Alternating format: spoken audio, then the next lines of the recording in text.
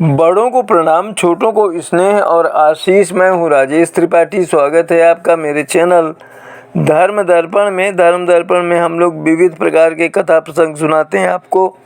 आज का प्रसंग है भगवान कृष्ण की एक ऐसी मूर्ति के बारे में जिसके लिए कहते हैं कि वो जीवंत मूर्ति है, और ऐसा अनुभव होता है लोगों को वहाँ पर मूर्ति के पास जाने पर कि जैसे उसकी सांसें चलती हैं। शीर्षक है वीडियो का, मंदिर जहाँ कृष्ण की मूर्ति की चलती हैं सांसें।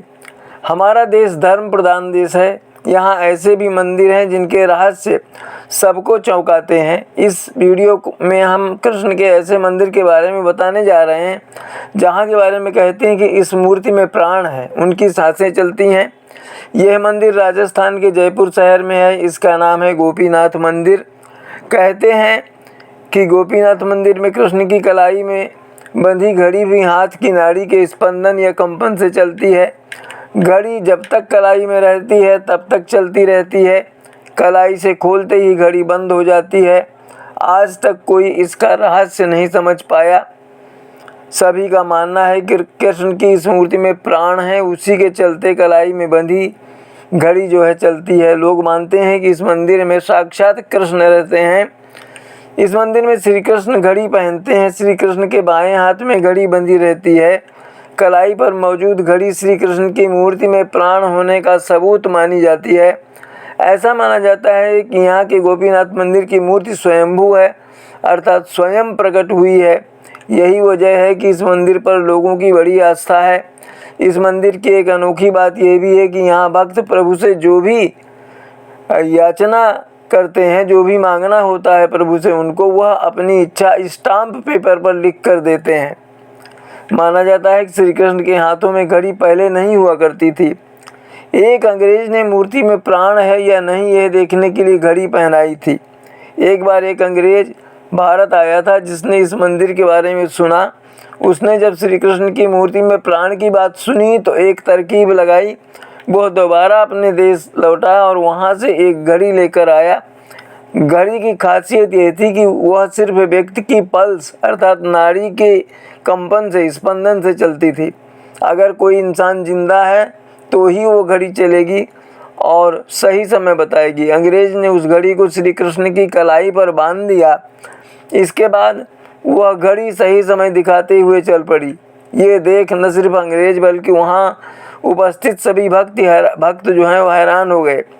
तभी से ये घड़ी श्री कृष्ण के हाथ में बंधी रहती है और आज भी कहते हैं सही वक्त बता रही है। ऐसी मान्यता है कि यहाँ मौजूद विग्रह को भगवान श्री कृष्ण के ही प्रपौत्र वज्रनाभ ने वृंदावन में स्थापित कराया था। बाद में इसे वृंदावन से जयपुर लाया गया। आज श्रद्धालुओं के बीच पुरानी बस्ती स्थित मंदिर में ठाकुर जी के इस विग्रह की गोपीनाथ के रूप में पूजा की जाती है। ऐसा माना जाता है कि कंस ने जिस शिला पर अपनी बहन के जन्मे बच्चों को मारा था, भगवान श्री कृष्ण के प्रपौत्र वज्रनाभ ने उसके 3 टुकड़े किए। इससे जो पहला विग्रह बना वो मदन मोहन जी का था। यह विग्रह वर्तमान में राजस्थान के करौली में स्थापित है। दूसरा विग्रह गोपीनाथ जी का कहलाया जो वर्तमान में जयपुर की पुरानी बस्ती में मौजूद है। तीसरा विग्रह गोविंद देव जी का बना। ये तीनों ही विग्रह करीब 5000 साल पुराने बताए जाते हैं।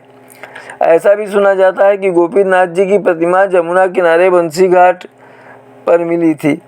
इसकी सेवा का जिम्मा प्रभु गोस्वामी को मिला था। 1669 में जो है वृंदावन में श्री ठाकुर जी की सेवा की और उन्होंने गोस्वामी जी ने जब औरंगजेब मंदिर तोड़ने लगा तब ठाकुर जी को लेकर छुपते छुपाते राधा कुंड और काम्यावन होते हुए 1775 में वे ठाकुर जी को जयपुर ले आए।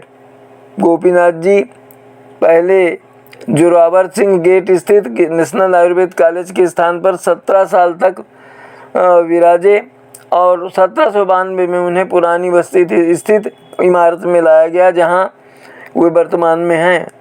महंत का कहना है कि उनके दादाजी जब यहाँ सेवा का कार्य करते थे तब एक पल्स से यानी नाड़ी से चलने वाली घड़ी ठाकुर जी को धारण कराई गई थी। ये सही वक्त भी बताती थी। बताया जाता है कि आज़ादी से पहले यहाँ एक अंग्रेज आया था। उसका कहना था कि ठाकुर जी में प्राण है तो ये घड़ी धड़कन से चलेगी। जब भगवान को घड़ी धारण कराई गई तो वो चलने लगी। काफ़ी लंबे समय तक भगवान को ये घड़ी धारण कराई गई। हालांकि अब वह खराब हो गई है तो उसे सही कराने के लिए कारीगर को दिया गया, लेकिन उसने इसे वापस नहीं दिया। उन्होंने बताया महंत जी ने कि अभी भी भगवान को उसी घड़ी की प्रतिकृति के रूप में दूसरी घड़ी पहनाई जाती है। कहते हैं कि यहाँ जो भी मन्नत मांगी जाती है वो पूरी होती है। श्री राधा गोपीनाथ मंदिर का निर्माण भगवान कृष्ण के प्रपौत्र वज्रनाभ ने कराया था। वज्रनाभ को अर्जुन के पुत्र महाराज परीक्षित ने मथुरा मंडल का राजा बनाया था। वज्रनाभ को अपने पूर्वज भगवान श्री कृष्ण के प्रति बहुत आस्था थी। वज्रनाभ ने भगवान कृष्ण के कारण ही 3 विग्रह का निर्माण कराया था, जो कि काफ़ी रहस्यमय था। कृष्ण की मूर्ति के जीवित होने की बात पर चौंकना नहीं चाहिए। देश का एक और मंदिर है जहां वर्षों से श्री कृष्ण का हृदय धड़कता है। यह है उड़ीसा के पुरी का जगन्नाथ मंदिर। यहाँ प्रभु जगन्नाथ की काष्ठ प्रतिमा के अंदर आज भी कृष्ण का हृदय धड़कता है। इसकी कथा कुछ इस प्रकार है। महाभारत युद्ध के 36 साल बाद भगवान श्री कृष्ण ने अपना देह त्याग किया था। जब पांडवों ने उनका अंतिम संस्कार किया तो श्री कृष्ण का पूरा शरीर तो अग्नि में जल गया, समाहित हो गया, लेकिन उनका हृदय धड़कता ही रहा था। ब्रह्म के हृदय को अग्नि भी जला न सकी। इस दृश्य को देखने के बाद पांडव अचंभित रह गए। तब आकाशवाणी हुई कि यह ब्रह्म का हृदय है, इसे समुद्र में प्रवाहित कर दें। इसके बाद पांडवों ने भगवान श्री कृष्ण के हृदय को समुद्र में प्रवाहित कर दिया। उड़ीसा के पुरी में स्थित जगन्नाथ मंदिर में भाई बलदाऊ और बहन सुभद्रा के साथ विराजमान भगवान कृष्ण के कई रहस्य जुड़े हैं। यह मंदिर बेहद चमत्कारिक है। इस मंदिर के सामने आकर हवा का रुख भी बदल जाता है। बताया जाता है कि हवाएं अपनी दिशा इसलिए बदल देती हैं ताकि हिलोरें लेते समुद्र की लहरों की आवाज़ मंदिर के अंदर न जा सके। प्रवेश द्वार से मंदिर में एक कदम अंदर रखते ही समुद्र की आवाज़ सुनाई नहीं देती और मंदिर का ध्वज भी हमेशा हवा से उल्टी दिशा में लहराता है। भगवान श्री कृष्ण का हृदय आज भी श्री जगन्नाथ मंदिर की मूर्ति में मौजूद है। भगवान के इस हृदय अंश को ब्रह्म पदार्थ कहते हैं। भगवान श्री जगन्नाथ की मूर्ति का निर्माण नीम की लकड़ी से किया जाता है और हर 12 साल में जब भगवान जगन्नाथ जी की मूर्ति बदली जाती है तो इस ब्रह्म पदार्थ को पुरानी मूर्ति से निकालकर नई मूर्ति में रखा जाता है। जब इस प्रक्रिया को किया जाता है तो उस समय पूरे शहर की बिजली को काट दिया जाता है। इसके बाद मूर्ति बदलने वाले पुजारी भगवान के कलेवर को बदलते हैं। कहा जाता है कि इस मूर्ति के नीचे आज भी भगवान श्री कृष्ण का हृदय धड़कता है। भगवान कृष्ण का हृदय बदलते समय बिजली काटने के साथ ही पुजारी के आंखों पर पट्टी बांधी जाती है और हाथ में दस्ताने पहना दिए जाते हैं। इसके पीछे यह मान्यता है कि अगर किसी ने गलती से भी देख लिया उस ब्रह्म पदार्थ को तो उसकी मृत्यु हो जाएगी। इसलिए रस्म निभाने से पहले पूरी सतर्कता बरती जाती है।